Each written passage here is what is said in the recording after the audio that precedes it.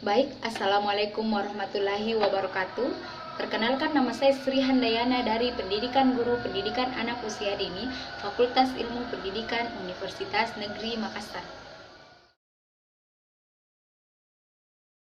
Baiklah, sebelum masuk materinya, alangkah baiknya saya menjelaskan apa yang dimaksud dengan pertumbuhan dan perkembangan. Pertumbuhan dan perkembangan atau tumbuh kembang adalah dua hal yang aksiomatik yang tentunya menyertai kehidupan setiap individu. Memahami pertumbuhan dan perkembangan akan memberikan kontribusi terhadap aspek yang terkait dengan dimensi kedua hal tersebut. Teori perkembangan adalah asumsi yang melekat pada diri setiap manusia atau individu dalam proses pertumbuhan dan perkembangannya. Dalam uraian ini juga akan dipahami tentang pandangan dan perspektif pada ahli dalam memberikan pikiran tentang proses perkembangan anak. Saya akan menjelaskan pengertian dan konsep tumbuh kembang anak. Dalam rentang kehidupan anak, dua hal yang mutlak menyertai perubahan sejak lahir hingga dewasa bahkan sampai tua adalah tumbuh dan kembang. Pertumbuhan atau growth merupakan perubahan yang bersifat kuantitatif, dapat diukur dan terjadi secara fisik. Pertumbuhan manusia atau anak dan seterusnya dapat dipantau melalui pengukuran tinggi badan, berat badan, lingkar kepala, dan ukuran lainnya sesuai usia dengan standarisasi alat ukur tertentu. Selain itu juga disebut perkembangan. Perkembangan adalah perubahan kemampuan struktur dan fungsi tumbuh yang lebih kompleks.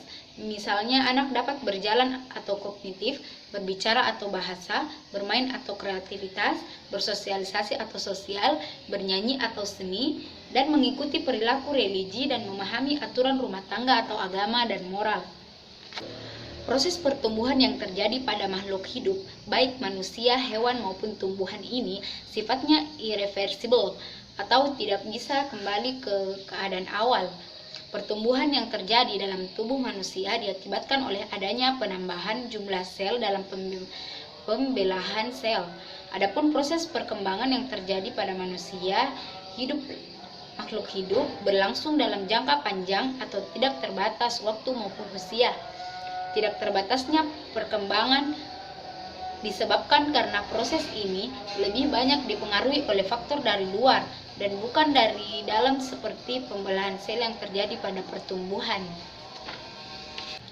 Pertumbuhan didefinisikan sebagai peningkatan ukuran individu karena peningkatan jumlah dan ukuran sel, menghasilkan peningkatan keseluruhan.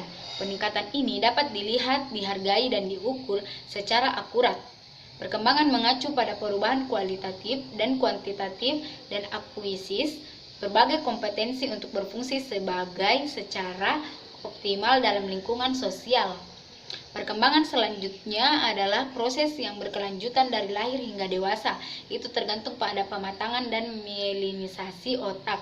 Kecuali jika itu terjadi, tidak ada latihan yang dapat dilakukan. Perkembangan meliputi perubahan yang bertambah atau berkurang. Hal ini dimaksud bahwa dalam rentang kehidupan individu, selain terjadi peningkatan, juga ada kalanya mengalami penurunan. Sebagai contoh, ketika masuk sekolah, anak mengalami peningkatan kemampuan kognitif, tetapi pada umumnya kreativitasnya menurun. Pada perkembangan yang lebih terasa penurunannya adalah terutama pada aspek kematangan psikologi yang sering kali berubah-ubah.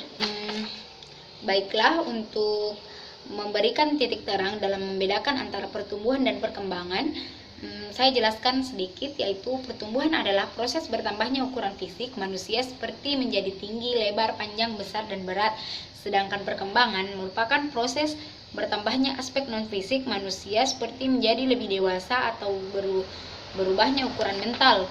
Dan pertumbuhan sangat dipengaruhi oleh aspek usia dalam banyak waktu, sedangkan perkembangan tidak dipengaruhi oleh aspek usia pada keadaan tertentu.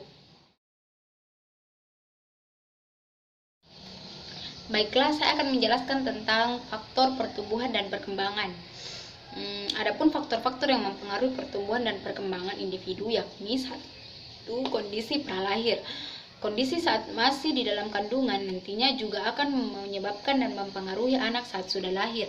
Misalnya dari segi fisik, di mana anak yang mengalami nutrisi yang cukup akan mempunyai ciri fisik yang berbeda dengan kondisi anak dengan nutrisi yang kurang.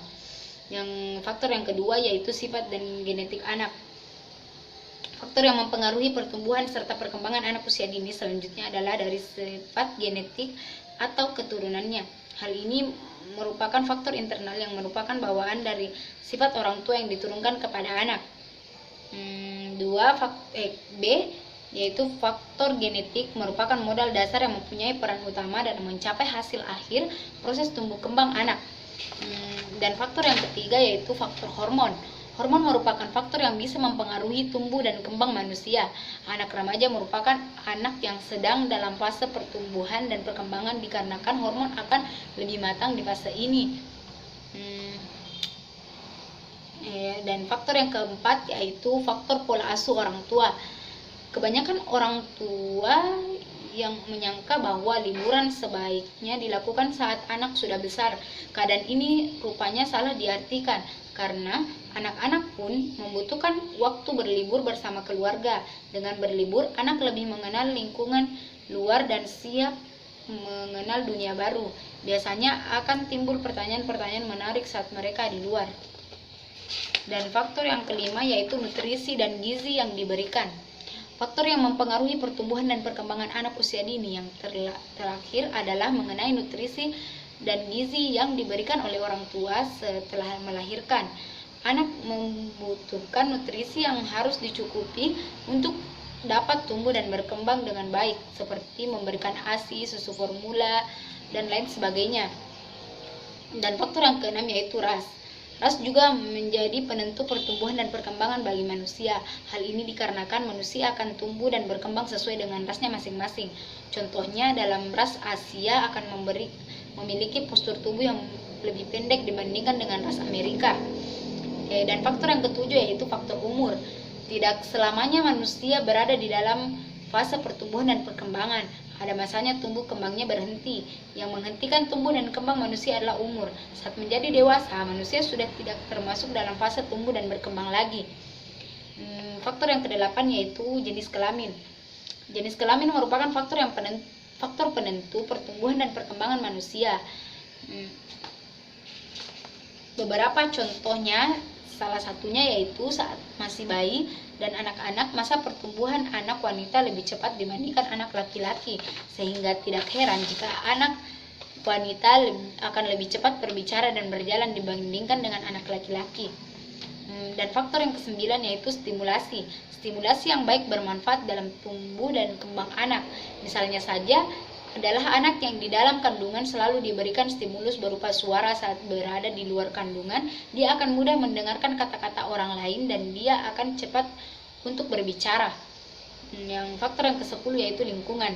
Secara fisiologis, lingkungan yang mempengaruhi secara fisiologis mencakup segala kondisi dan material jasmaninya di dalam tubuh seperti gizi, vitamin air, zat asam, dan lain sebagainya. Dan faktor selanjutnya yaitu kondisi sosial ekonomi. Tumbuh dan kembang manusia juga dipengaruhi oleh kondisi sosial ekonomi serta kebutuhan makhluk hidup. Kondisi sosial ekonomi tentu memegang peran penting dalam pertumbuhan anak. Jelas dapat terlihat pada ukuran bayi yang lahir dalam golongan orang tua dengan keadaan sosial ekonomi yang kurang, yang lebih rendah dibandingkan dengan bayi dari keluarga dengan kondisi ekonomi yang cukup. Yang faktor selanjutnya yaitu pendidikan orang tua.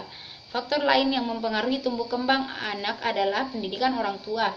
Adanya pendidikan orang tua yang baik dapat menerima informasi tentang pengasuhan bayi dan yang benar.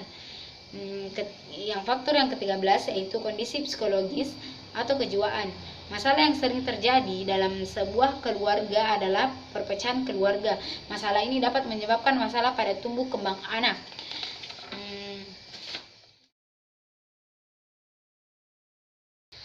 Baiklah, saya akan menjelaskan tentang hukum pertumbuhan dan perkembangan. Hukum pertumbuhan dan perkembangan adalah suatu kecenderungan umum yang menyertai pertumbuhan dan perkembangan manusia. Adapun hukum-hukum perkembangan sebagai berikut, yaitu 1. Hukum Shephalosondal menegaskan bahwa pertumbuhan fisik dimulai dari kepala ke arah kaki. Kedua, hukum proksimodistal menegaskan bahwa pertumbuhan fisik pusat pada sumbu dan mengarah ke tepi. Alat-alat tubuh yang berada di pusat seperti jantung, hati, dan alat-alat pencernaan lebih dahulu berfungsi daripada yang ada di tepi.